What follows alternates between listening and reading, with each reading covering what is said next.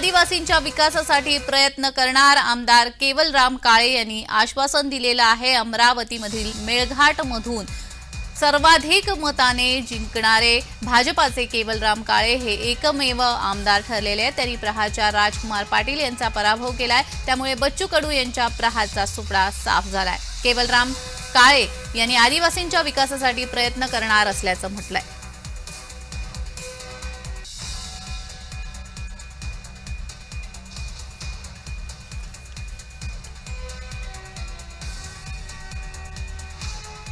आदिवासींचा विकास हेच आपलं उद्दिष्ट असल्याचं केवलराम काळे यांनी म्हटलेलं आहे आणि केवलराम काळे यांच्याशी बातचीत केलेली आहे आमचे प्रतिनिधी सुरेंद्र आकोडे यांनी। पाहूया।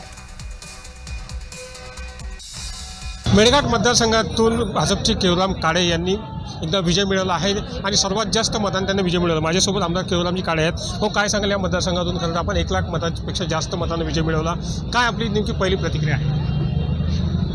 मेळघाटच्या मतदारसंघाच्या जनतेनं मला भरभरून मतदान केलं, सर्वात अगोदर मी त्यांचे आभार मानतो। आणि या यशमागे भारतीय जनता पार्टीचे जे विकासात्मक काम आहेत, नरेंद्र मोदी आणि देवेंद्र फडणवीस या साहेबांनी त्यांनी जे विकासात्मक काम केलेलं आहे पूर्ण महाराष्ट्रामध्ये आणि मेळघाटमध्ये जे 2.5 वर्षामध्ये महायुतीने जे काम केलेलं आहे, लाडक्या बहिणी योजना किंवा उज्ज्वला गॅस योजना, किसान सन्मान योजना, अशा अनेक योजना त्यांनी राबवल्या। त्याच्या एक फलित आहे की जनतेचा विश्वास त्यांच्यावर बसलेला होता आणि पूर्ण मेळघाटची जनता भारतीय जनतावर विश्वास बसवला। आणि मी एक प्रामाणिक या नात्यानं 10 वर्ष पूर्ण जनतेसोबत प्रामाणिकपणे त्यांच्यासोबत उभा होतो। लहान सहान सर्व कामं त्यांचे केलं म्हणून त्यांचा एक विश्वास होता।